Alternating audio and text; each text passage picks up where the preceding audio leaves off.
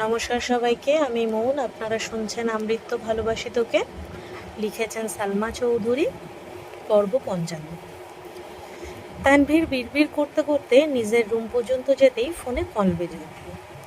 তানভীরের best friend সোহাগ call দিচ্ছে। Tanvir call receive করতেই ওপাশ থেকে সোহাগ একদমে কত কী বলতে থাকলো। তানভীর প্রখর তপ্তস্বরে বলল, আমাকে এসব বলে কোনো লাভ নাই, আমি এখন আসতে পারবো না, এমপির সাথে একটা প্রোগ্রামে যেতে হবে। সোহাগ বলল, প্লিজ দোস্ত একটু আয়। তানভীর বলল, আরে ভাই আমার সময় নাই। সোহাগ বলল, শোন তানভীর, আমাকে যতই ব্যস্ততা দেখার সমস্যা নাই, কিন্তু তোর গার্লফ্রেন্ডের জন্য অন্তত আয়। তানভীর বলল, একদম ইমোশনাল ব্ল্যাকমেল করবি না, তোর আমার মাঝখানে ওকে কেন টানতেছিস? সোহাগ বলল, কারণ আমার কথা তুই গুরুত্ব দিচ্ছিস না। প্লিজ তানভীর, জাস্ট 5 মিনিট লাগবে, আয় তুই। তানভীর ভারী কণ্ঠে শুধালো, বন্যা কি এখনো ভার্সিটিতে? সোহাগ বলল, আমি তোর কাছে সকাল থেকে চিল্লি করছি, তুই আমাকে পাত্তা দিচ্ছিস না। বন্যার নাম শুনতেই কণ্ঠস্বর পাল্টে গেছে। দাঁড়া, এখন থেকে তোকে ওর কসম দিয়ে সব কাজ করাবো। তানভীর রাগান্বিত কণ্ঠে বলল, আর যাই করিস কোনোদিন ওর নাম নিয়ে কসম কাটতে বলবি না। পরিবারের বাইরে ও আমার একমাত্র দুর্বলতা, তাছাড়া কসম কাটা ঠিক না। সোহাগ বলল, আচ্ছা ঠিক আছে, কাটাবো না সব কসম। এখন বল, আসবি? তানভীর বলল, বন্যা যদি সত্যিই ভার্সিটিতে থাকে তাহলে আসবো।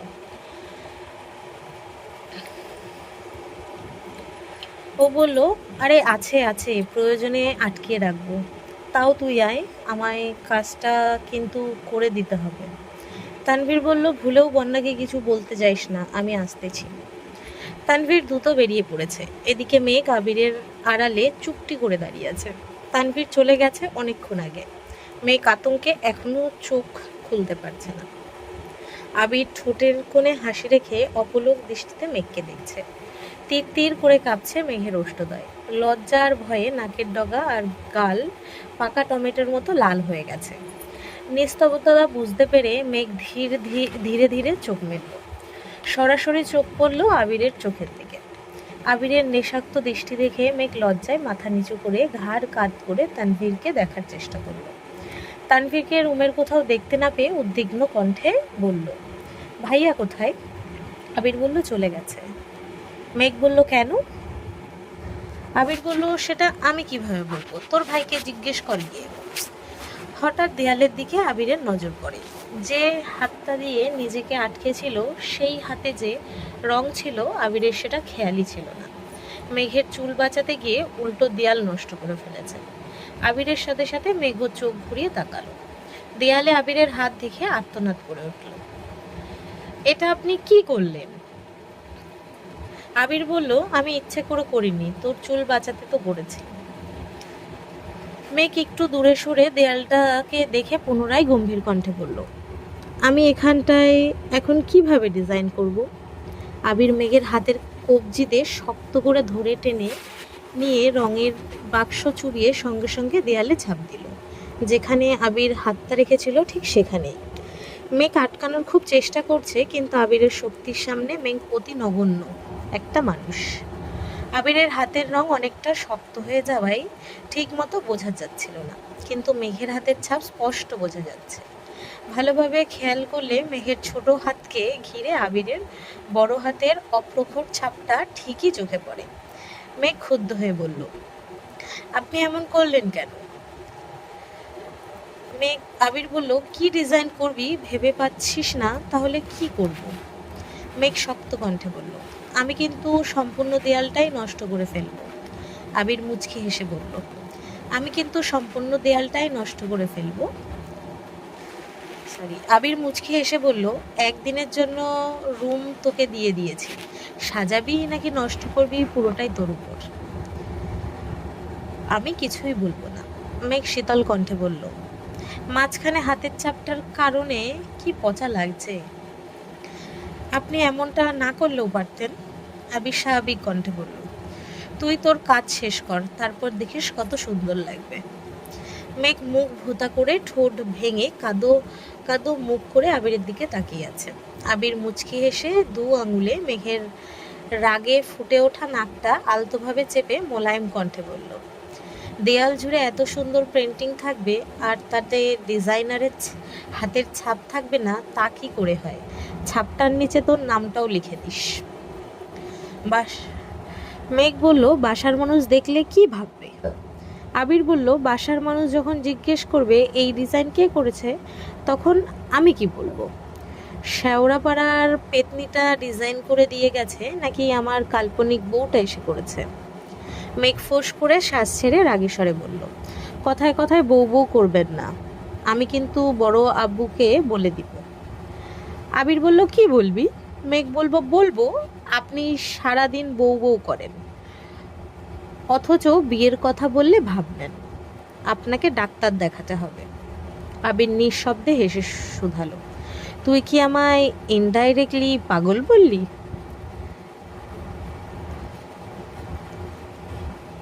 মেঘ বলল, মুখের উপর কিভাবে বলবো? তানভীর বলল, কি? আবির এক পা করে এগোচ্ছে, মেঘ পেছোতে পেছোতে চেঁচিয়ে উঠল, এমন করলে আমি কিন্তু চিৎকার করব। আবির বলল, কর চিৎকার, কাকে ডাকবি ডাক, দেখি তোকে কে বাঁচায়। মেঘ ভেজা কণ্ঠে ডেকে উঠল, আম্মু বাঁচাও। আবির মেঘের মুখ চেপে ধরে ঠাট্টার স্বরে বলল,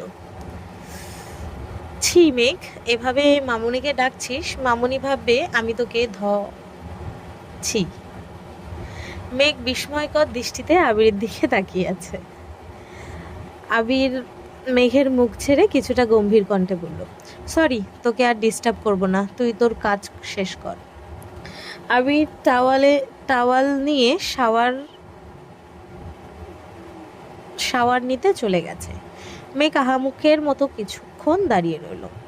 আবির ভাই যে রাগ করেছে এটা ওনার কথাতেই বোঝা গেছে। মেঘ কি করবে তাই ভাবছে। আচমকা ড্রেসিং টেবিলের আয়নার দিকে নজর পড়তে মেঘ সব ভুলে গেছে। গালে আবিরের হাতের স্পর্শ, গলা আর ঘাড়েও আঙুলের দাগ, নাক আর কপাল জুড়েও রং লেগে আছে। মেঘ লজ্জায় আড়ষ্ট হয়ে যাচ্ছে। কিছুক্ষণ আগে ঘটে যাওয়া ঘটনাগুলো ভাবছে আর বারবার লজ্জায় ললিত হয়ে যাচ্ছে। মেঘ নিজের গালে হাত রেখে আবিরের স্পর্শ অনুভব করার চেষ্টা করছে। অমনি বুকের ভেতর কম্পন শুরু হয়ে গেছে। আচমকা মিম দরজায় দাঁড়াতেই মেঘ তাড়াহুড়ো করে দেয়ালের দিকে ঘুরে মাথায় ওড়না দিল, যাতে রঙের দাগ মিম কোনোভাবেই না দেখে। মিম দৌড়ে এসে উত্তেজিত কণ্ঠে শুধালো, আপু তুমি আমায় দেখে কি লুকাইছো? দেখি, এদিকে ঘুরো তো। মেঘ দেয়ালে রং করতে করতে তপ্তস্বরে বলল, ডিস্টার্ব করিস না, রুমে যা। মিম বলল, তুমি কি লুকাচ্ছ বলো, তাহলেই চলে যাব। মেঘ হুঙ্কার দিয়ে উঠল, আবির ভাই কিন্তু ওয়াশরুমে আছে, ডাকবো? মেঘ উদ্বিগ্ন কণ্ঠে বলল,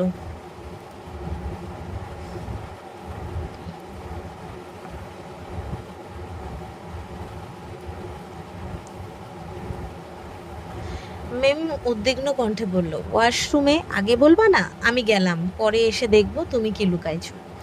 মেঘ কিছুক্ষণ ভেবে পুনরায় কাজ শুরু করলো। আবির ওয়াশরুম থেকে বেরিয়ে ভেজা শরীরে টি শার্ট গায়ে দিয়ে ফোন নিয়ে চুপচাপ রুম থেকে বেরিয়ে গেছে। মেঘের দিকে একবারের জন্য তাকিয়েও দেখেনি। মেঘ অসহায় মুখ করে আবিরের যাওয়ার দিকে খানিকক্ষণ চেয়ে রইল। চোখে মুখে বিষণ্ণতা ভর করেছে, তবুও সব কিছু এক পাশে রেখে কাজে মনোযোগ দিল। আবির নিচে নামতে মেম ছুটে গেল মেঘকে দেখতে। ততক্ষণে মেঘ রং দিয়ে গালে আর গলায় থাকা আঙুলের ছাপগুলো মুছে দিয়েছে। মিম রুমে ঢুকতেই তীক্ষ্ণ দৃষ্টিতে তাকিয়ে বলল, তখন কি লুকাইছিলা? মেঘ স্বাভাবিকভাবে ঘুরে মিমের গালে রঙের দু আঙুল ছুঁয়ে বলল, তোর কাছ থেকে আমি কি লুকাবো বল? মিম বলল, আপু তোমার গালে এত রং কেন? মেঘ বলল, খেয়াল ছিল না, হুট করে গালে হাত দিয়ে ফেলছিলাম। দুটো দেয়াল ভালোভাবে পর্যবেক্ষণ করে মেম বলল, আপু দুটো ডিজাইনই অনেক সুন্দর হয়েছে, ভাইয়ার রুমটা অন্যরকম সুন্দর লাগছে। মেঘ মধ্যস্বরে বলল, সত্যি সুন্দর হয়েছে? মেম বলল, 100% সত্যি। মেঘ বলল, ওনার কি পছন্দ হবে? কিছুই তো বললেন না। মিম বলল, আমি বলছি ভাইয়ার পছন্দ হবেই হবে। তাছাড়া তুমি যা এঁকে দিবা ভাইয়া সেটাই প্রশংসা করবে। দেখো, সেটা যদি ব্যাঙের ছাতাও হয় তবুও বলবে অনেক সুন্দর হয়েছে। মিম বিছানার উপর বসে পা ঝুলাচ্ছে আর মেঘের সাথে গল্প করছে। মেঘ আবিরের কথা মতো নিজের হাতের ছাপটার নিচে নিজের নাম লিখেছে।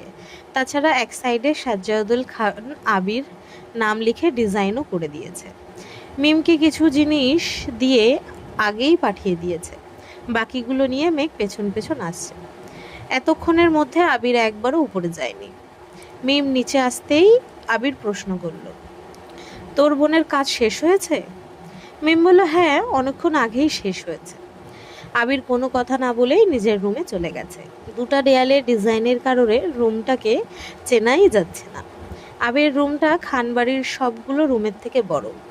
একসময় এই রুমে আলী আহমেদ খান আর মালিয়া খান থাকতেন।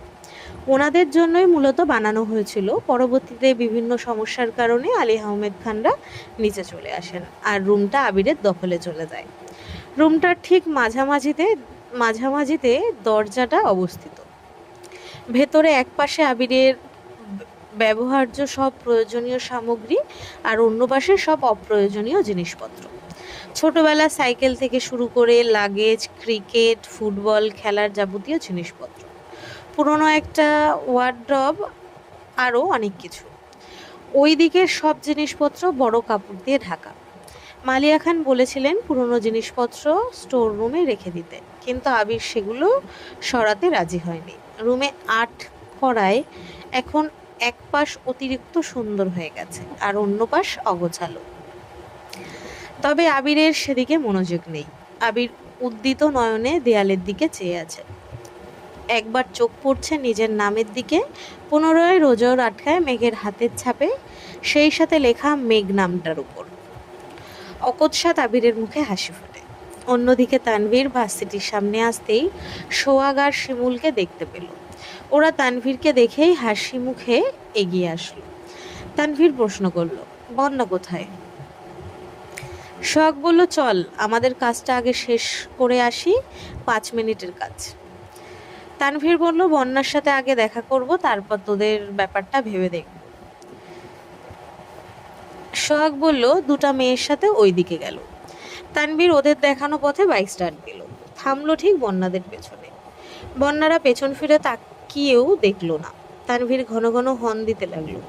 এক পিকার বিরক্ত হয়ে বন্যা পেছন ফিরতেই দেখলো তানভীর বাইক থেকে নীরের দৃষ্টিতে চেয়ে আছে। বন্যা চেহারা স্বাভাবিক করাই চেষ্টা করলো। তানভীর গভীর কণ্ঠে বলল, এদিকে এসো। বন্যা বান্ধবীদের দিকে তাকিয়ে ধীর গতিতে এগিয়ে আসলো। তানভীর প্রখর তপ্তস্বরে বলল, ফোন দিলে ফোন রিসিভ করার প্রয়োজন মনে করো না, ইদানিং ফোন বন্ধ করে রাখছো, সমস্যা কি? বন্যা স্বাভাবিক কণ্ঠে বলল, আমার ফোন নষ্ট হয়ে গেছে, নতুন ফোন কিনতে হবে। আব্বু বলেছেন আগামী সপ্তাহে ফোন কিনে দিবেন। তানভীর বলল, ও, আর কোনো কারণ নেই তো? বন্যা বলল, আর কি কারণ থাকবে? তানভীর বলল, ভাইয়া যখন অ্যাক্সিডেন্ট করেছিল তখন তোমাকে রাগে উল্টোপাল্টা কথা বলছিলাম, তার জন্য দুঃখিত। ভাইয়ার রক্তাক্ত দেহ দেখে আমি তখন মানসিকভাবে ভেঙে পড়েছিলাম, বুঝে না বুঝে তোমার সাথে রাগ দেখিয়েছি।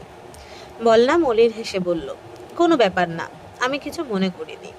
আপনার জায়গায় আমি থাকলেও হয়তো এভাবেই রিয়েক্ট করতাম, নয়তো আরও বেশি করতাম। আই এম রিয়েলি সরি বন্যা, তানভীর বলল। বন্যা বলল, এত ফর্মালিটি করতে হবে না, আমি সত্যিই কিছু মনে করিনি। আবির ভাইয়া এখন কেমন আছেন? মেঘ কেমন আছেন? তানভীর বলল, দুজনেই আলহামদুলিল্লাহ ভালো আছে। বন্যা হঠাৎই ঢোক গিলে উষ্ণস্বরে শুধালো, একটা কথা জিজ্ঞেস করব? তানভীর বলল, হ্যাঁ অবশ্যই। বন্যা বলল, আপনি মিনহাজ আর তামিমকে কি করেছিলেন? তানভীর বলল, কেন, কোনো সমস্যা? বন্যা বলল, না না, ওরা অনেকদিন ভার্সিটিতে আসেনি, এখন আসলেও অনেক চুপচাপ হয়ে গেছে, তাই বলছিলাম। তানভীর বলল, ও আচ্ছা, এসব কোনো বিষয় না, আমি বেশি কিছু করিনি।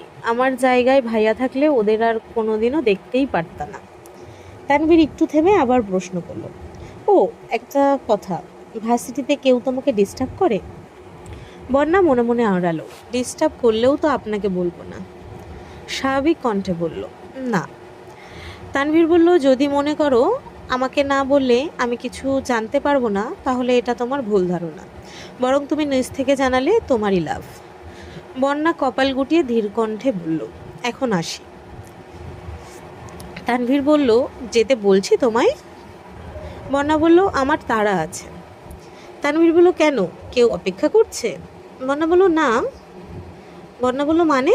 তানভীর বলল, কিছু না। বন্যা বলল, ভার্সিটিতে পরশুদিন প্রোগ্রাম আছে, কষ্ট করে মেঘকে জানিয়ে দিয়েন। তানভীর বলল, ঠিক আছে, এখন চলো। বন্যা বলল, কোথায়? তানভীর বলল, তোমায় কিছু খাওয়াই। বন্যা বলল, আমি আজ কিছু খাবো না, অন্য কোনো দিন আমি আপনাদের খাওয়াবো। তানভীর ভারী কণ্ঠে বলল, সেসব পরে দেখা যাবে, এখন বাইকে বসো। এক গ্লাস আখের জুস হলেও খেতে হবে, না হয় আমি ধরে নিব তুমি আমার উপর রাগ করে আছো। বন্যা বলল, আমি সত্যিই রেগে নেই, বিশ্বাস করুন। তানভীরও মানলাম অ্যান্ড বিশ্বাসও করলাম, এখন চলো। বন্যা দাঁত চেপে বাইকে উঠে বসলো। ইচ্ছে না থাকা সত্ত্বেও তানভীরের সঙ্গে 2 গ্লাস আখের জুস খেয়েছে। শুধুমাত্র মেঘের ভাই বলে বাধ্য হয়ে বন্যা তানভীরের সাথে কথা বলে, না হয় কোনোদিন বলতো না। মিনহাজ আর তামিমকে বন্যা 2-1 বার জিজ্ঞেস করেছিল কি হয়েছিল বলতে, কিন্তু ওরাও কিছু বলে না, বারবার কথা এড়িয়ে যায়। তার জন্য বন্যাও তেমন জোর করে না। তবে ভালো কিছু যে ঘটেনি বন্যা 100% নিশ্চিত। আবিরের অসুস্থতার পর থেকে মেঘ মিনহাজদের কথা ভুলেও ভাবে না। বন্যা কিছু বললেও তেমন পাত্তা দেয় না। এমনই রেগুলার ভার্সিটিও আসে না। বাড়ির কেউ কিছু বললে শরীর খারাপ, মন খারাপ বলে নানান বাহানা দেয়, আর বাকি সব তানভীর সামলায়। না বোনকে কিছু বলতে পারে, আর না বাসায়। মেঘের চোখে তানভীর সেরা ভাই হলেও বন্যার চোখে তানভীর একজন রাজনীতিবিদ, দাপটি ভিলেন টাইপের ছেলে। এত বছর যাবৎ মেঘকে শাসন করা দেখে বন্যা তানভীরকেও ভয় পেত। মিনহাজদের ঘটনার পর থেকে বন্যা আরও বেশি আতঙ্কে থাকে, দূরত্ব মেনটেন করে চলে। তানভীর বন্যাকে রিকশায় উঠিয়ে দিয়ে সোহাগদের সাথে আসছে। সোহাগ ঠাট্টার স্বরে বলল, আগে আসতেই চাইছিলি না, আর এখন? তানভীর মুচকি হেসে বলল, কতদিন পর মেয়েটাকে দেখলাম। সোহাগ বলল, আহা, কত আবেগ। তানভীর বলল, কোথায় যাবি বলছিলি, চল।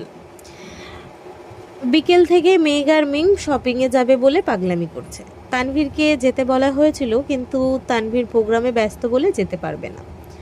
মেঘ আর মিম একা যেতে পাগলামি শুরু করেছে। ওদের হাউকাউ শুনে আবির নিচে আসছে।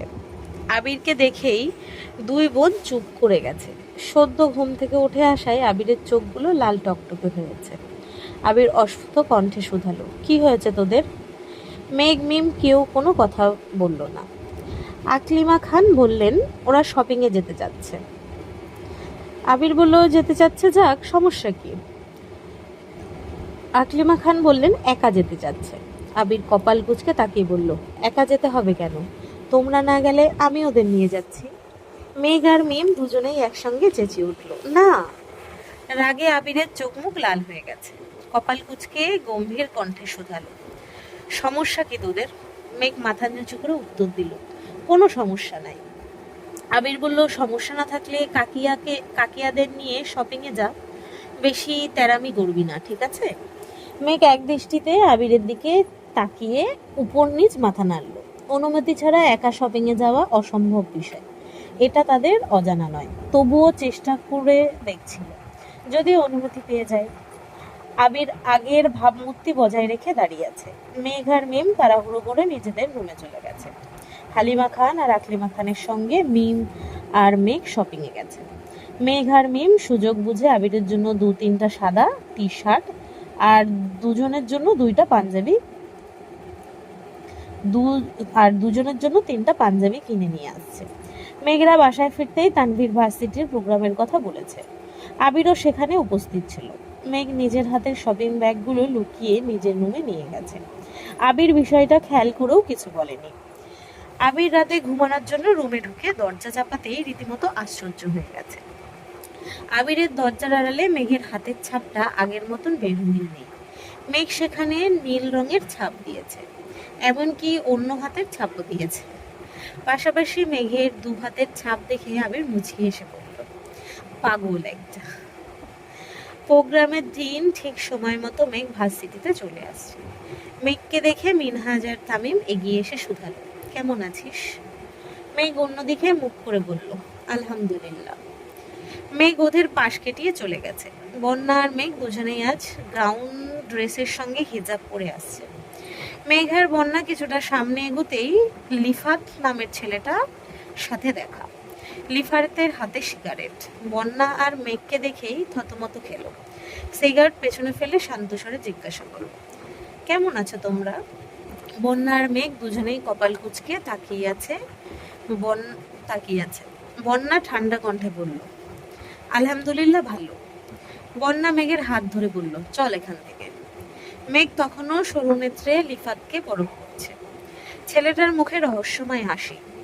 লিফাত প্রশ্ন করল, কেউ কেমন আছো জিজ্ঞেস করলে প্রতি উত্তরে তাকেও জিজ্ঞেস করতে হয়, এটাও কি জানো না?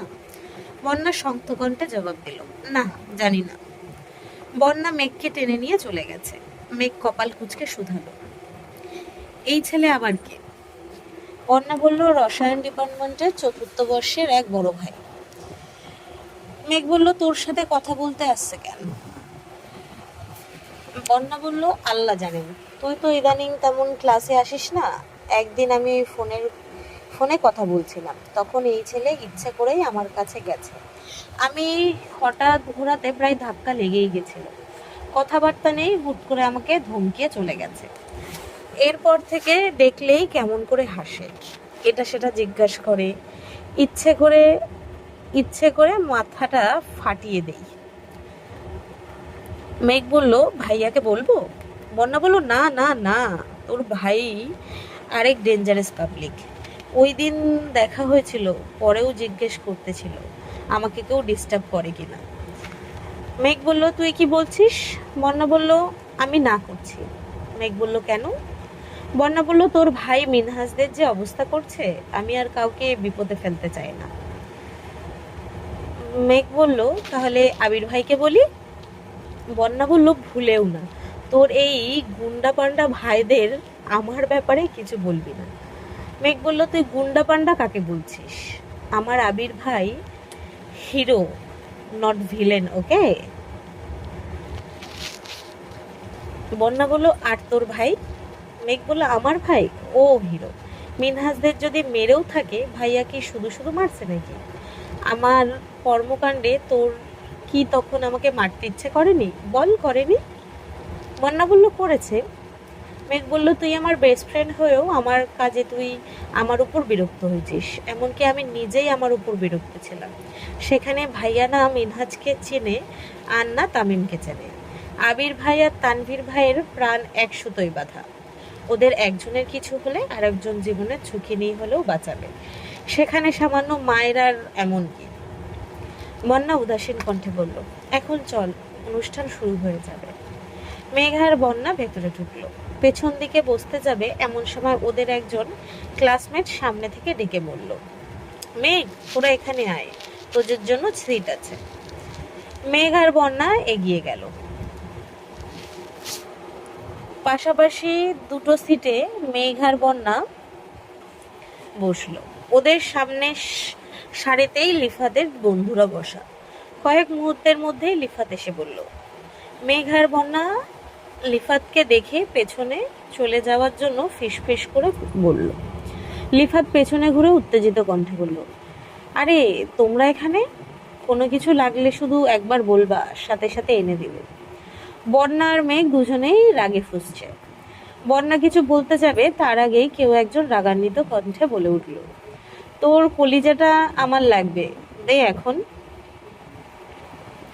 মেঘ আর বন্যা দুজনেই চমকে উঠে পাশ ফিরে তাকালো। লিফাতও আটকে উঠে সেদিকে তাকালো। চোখ পর্যন্ত ঢেকে রাখা ক্যাপটা সরাতেই তানভীরের মুখটা স্পষ্ট দেখা গেল। লিফাতের দিকে অগ্নিদৃষ্টিতে তাকিয়ে আছে। তানভীরকে দেখে বন্যা আর মেঘ দুজনেই ভয় পাচ্ছে। লিফাত বেশ কিছুক্ষণ তীক্ষ্ণ দৃষ্টিতে তাকিয়ে হঠাৎই হেসে ফেলল। তানভীর চোখ মুখ কুঁচকে পুনরায় বলল, কি হলো, দিবি না? মেয়েদের প্রতি এত যত্ন, যা চাইবে সাথে সাথে এনে দিবি, আর আমি সামান্য কলিজাটা চাইছি, তুই সেটা দিতে রাজি হচ্ছিস না। লিফাত, তোর থেকে এটা আশা করিনি। লিফাত হঠাৎই অস্বাভাবিকভাবে হাসতে শুরু করলো, হাসতে হাসতে বলল, আরে ভাই তুই, তোর কি লাগবে বল তো। কি? আরে ভাই তুমি, তোমার কি লাগবে বলো শুধু, দেখো তোমার ভাই তোমার জন্য কি করে। তানভীরের চোখে মুখে বিরক্তির ছাপ, বিরক্তি ভরা কণ্ঠে বলল, আপাতত তোর কলিজাটা হলেই হবে, চাইলে তোর হাতটাও দিতে পারিস, আমিও দেখি ওইখানে ঠিক কতজনকে জায়গা দিয়েছিস। নিফাত মুখে হাসি রেখেই বলল, এই সর সর, আমাকে সাইড দে। নিফাত এগিয়ে আসতেই তানভীর বসা থেকে উঠে দাঁড়ালো। লিফাত তানভীরকে জড়িয়ে ধরে বিড়বিড় করে বলতে লাগলো, প্লিজ ভাই, এখানে অনেক জুনিয়র আছে, ওদের সামনে আমার মান সম্মানটা ডুবিও না প্লিজ। তানভীর রাগান্বিত কণ্ঠে গজগজ করতে করতে বলল, তোর হিসাবের খাতায় এখন অবধি 1000 খানের মেয়ের নাম উঠেছে, আর কত? লিফাত বলল, সরি ভাই, তুমি এখানে কেন আসছো? ওরা কি তোমার কিছু হয়, নাকি অন্য কারো জন্য আসছো? তানভীর বলল, যেই বন্যার পেছনে ঘুরঘুর করছিস সে একান্তই আমার, তার পাশের জন আমার একমাত্র বোন আর আবির ভাইয়ের পার্সোনাল সম্পত্তি। তুই ভুল জায়গায় হাত বাড়িয়েছিস লিফাত, তোকে কি করা উচিত নিজেই বল। লিফাত বলল, সরি ভাইয়া, প্লিজ মাফ করে দাও, আমি জানতাম না ওরা তোমার কাছের লোক। তানভীর বলল, তোকে লাস্ট ওয়ার্নিং দিচ্ছি লিফাত, ভবিষ্যতে কোনো মেয়ের দিকে নজর দিলে ভার্সিটি কি সার্টিফিকেট নিয়ে বের হতে পারবি না বলে দিলাম। লিফাত বলল, প্লিজ তানভীর ভাই, এমনটা করো না, প্রয়োজনে আমি তোমার পায়ে ধরে মাপ চাইব। আবির ভাইয়া কোথায় আছেন? আমি ওনার পায়ে ধরে মাপ চেয়ে নেব, তবুও এমন কিছু করো না ভাই। তানভীর বলল, ঠিক আছে, লাস্টবারের মতো ছেড়ে দিচ্ছি। লিফাত একগাল হেসে বলল, থ্যাংক ইউ ভাই। তানভীর ভারী কণ্ঠে বলল, মনে থাকে জানো। লিফাত বলল, অবশ্যই। লিফাত নিজের চেয়ারে গিয়ে বসলো, পেছন ফেরা তো দূর, ঘাড় পর্যন্ত কাত করছে না। তানভীর মেঘ আর বন্যাকে জন্য কিছু খাবার আগেই কিনে নিয়ে আসছিল, সেগুলো দিয়ে ক্যাপ পরতে পরতে বলল, আমি আসছি। মেঘ হাসি মুখে বলল, অনুষ্ঠান দেখবা না? তানভীর বলল, আমি অনুষ্ঠান দেখতে আসিনি, যে কাজে আসছিলাম তা শেষ, অনুষ্ঠান শেষে বাসায় চলে যাস, উল্টোপাল্টা ঘুরিস না। তানভীর চলে গেছে, খুশিতে মেঘের চোখ চকচক করছে। বন্যার দিকে তাকিয়ে ঠোঁট বেঁকিয়ে হেসে বলল, দেখছিস, আমার ভাই সেরাদের সেরা, তুই না বললেও ঠিকই জেনে ফেলছে, ওই ছেলে মাপ যে চাইছে দেখছিস। বন্যা ফোঁস করে শ্বাস ছেড়ে রাগী স্বরে বলল, তুই গিয়ে শুনছিলি মাফ নাও চাইতে পারে। মেঘ ভুরু কুচকে বলল, এই তুই কি আমার ভাইয়ের পাওয়ার নিয়ে সন্দেহ করছিস? আমি শিওর ওই ছেলে আমার ভাইয়ার কাছে মাপ চাইছে। বিশ্বাস না হলে ছেলেকে ডাক দে, যদি স্বাভাবিকভাবে কথা বলে তাহলে বুঝবো ভাইয়া কিছু বলেনি, আর যদি কণ্ঠস্বর বদলে যায় তাহলে বুঝবো ভাইয়া ঝাড়ছে। বন্যা ভাবলিসহীন জবাব দিল, আমি পারবো না। মেঘ ভেঙচি কেটে বলল, না পারলে নাই, আমার ভাই যে হিরো তার প্রমাণ আমার দিতেই হবে। মেঘ সামনের দিকে কিছুটা ঝুঁকে ডাকলো, এক্সকিউজ মি ভাইয়া। ছেলেটা পেছনে না তাকিয়েই ঢোক গিলে ধীর কণ্ঠে জবাব দিল, জি আপু, কিছু বলবেন? আমাদের জন্য কি কোনো সমস্যা হচ্ছে? আমরা কি পেছনে চলে যাব? মেঘ তাড়াহুড়ো করে বলল, না, পেছনে যেতে হবে না, আমাদের কোনো সমস্যা হচ্ছে না। মেঘ বন্যার দিকে তাকিয়ে মুচকি হেসে বলল, দেখলি, এর মধ্যে রাজনীতিবিদদের আগমন ঘটল। আশেপাশে বসা জুনিয়ররা সবাই দাঁড়িয়ে সালাম দিচ্ছে। মেঘ আর বন্যা স্বাভাবিকভাবেই বসে রইল।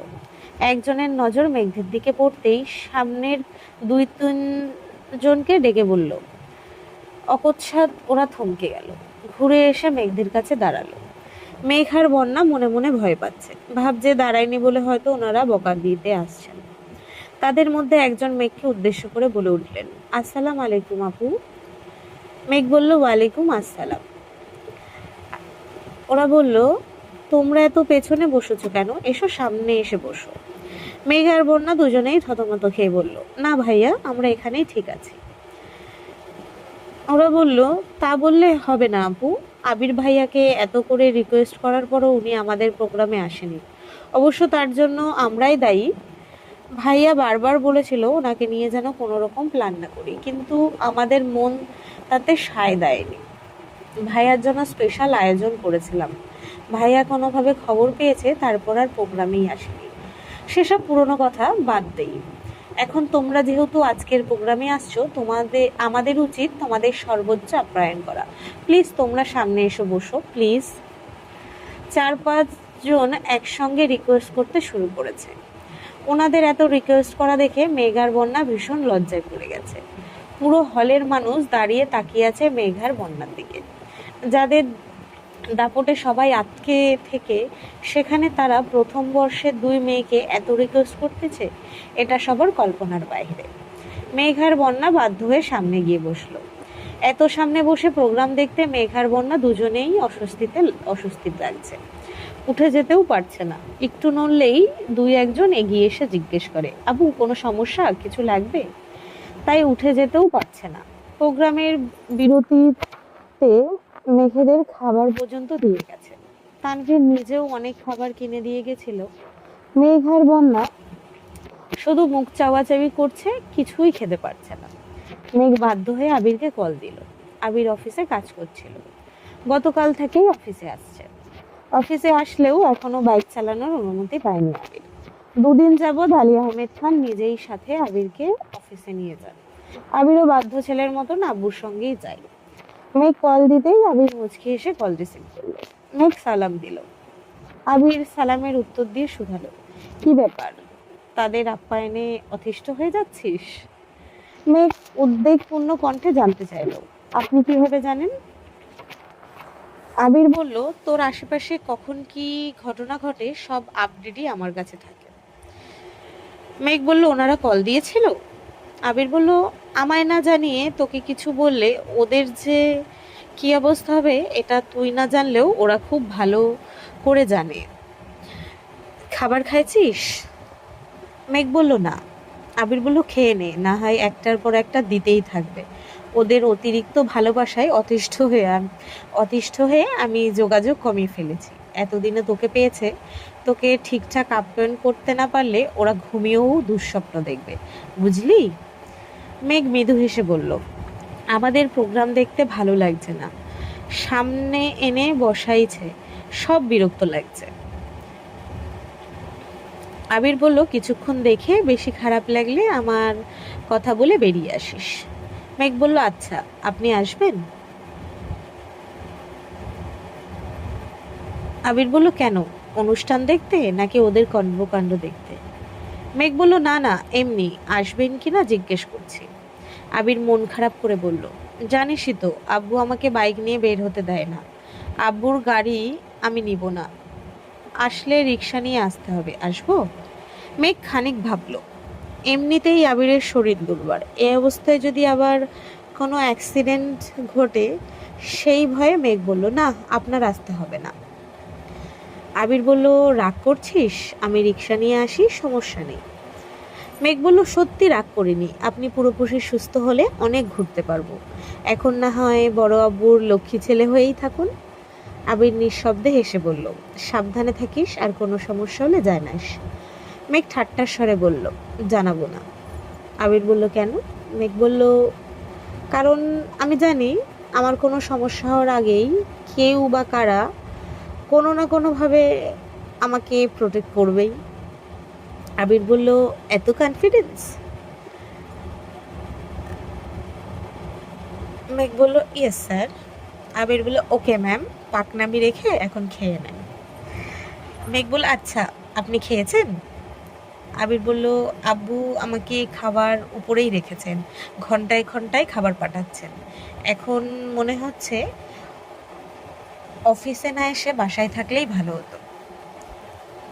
মেঘ বলল, ঠিক আছে খান, রাখি তাহলে। আবির বলল, ওকে। মেঘ আবার ডাকলো, আবির ভাই। আবির বলল, হুম। মেঘ বলল, কিছু না, রাখছি। মেঘ কল কেটে স্বস্তির নিঃশ্বাস ছাড়ল। বন্যা কপাল কুঁচকে তাকিয়ে আছে। মেঘ ভুরু নাচিয়ে শুধালো, এখন কি আমার ভাইয়া আর আবির ভাইয়ের ক্ষমতা সম্পর্কে আইডিয়া হয়েছে? বন্যা অস্থির হয়ে বলল, সেসব হয়েছে, কিন্তু তুই আগে এটা বল, তুই আর আবির ভাই কি রিলেশনে আছিস? মেঘ বলল, হ্যাঁ। বন্যা বলল, সত্যি? উনি কি তোকে প্রপোজ করে ফেলেছে?